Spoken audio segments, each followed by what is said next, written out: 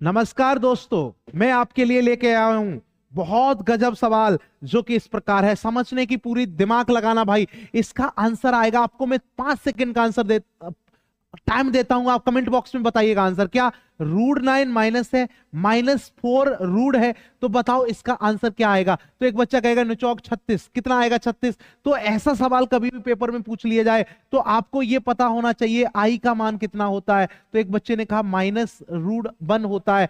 Iota square का मान कितना होता है। तो एक बच्चे ने कहा मां साहब ये होता है -1। आयोटा स्क्वायर कितना होता है, -1। जब इतनी बात आपने जान ली है मेरे बच्चा, तो आपको यह भी पता होना चाहिए, जैसे मैं कह दूं √-25 का मान बताओ, तो आप इसको लिख सकते हो कितना, √25 इंटू क्या लिख सकते हो भाई, 1, वो भी किसका, माइनस का। तो इसको अलग करोगे तो √25 और इंटू में कितना लिखोगे, √-1।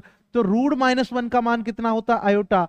तो आप कहोगे √25 कितना हो जाएगा, आयोटा। बोलो हो जाएगा। लेकिन √25 कितना होता है, 5। तो आपका आ जाएगा 5 आयोटा। बात क्लियर।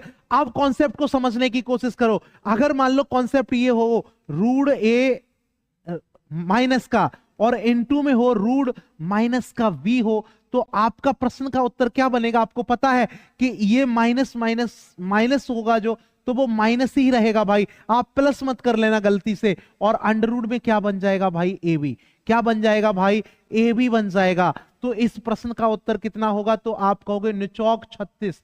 लेकिन 36 लगेगा अंडर रूट के अंदर और चिन्ह कहां आएगा, माइनस का। तो आप कहोगे इस प्रश्न का उत्तर कितना आएगा, बताओ, -6 आएगा भाई। -6 इस प्रश्न का उत्तर आएगा। बताइए मेरी बात आपको अल्ले पल्ले पड़ी कि नहीं। अगर पड़ गई है तो हमारे YouTube चैनल को सब्सक्राइब कर लीजिएगा और फेसबुक को फॉलो कर लीजिएगा। मिलते हैं आपको अगली वीडियो में। Thank you very much.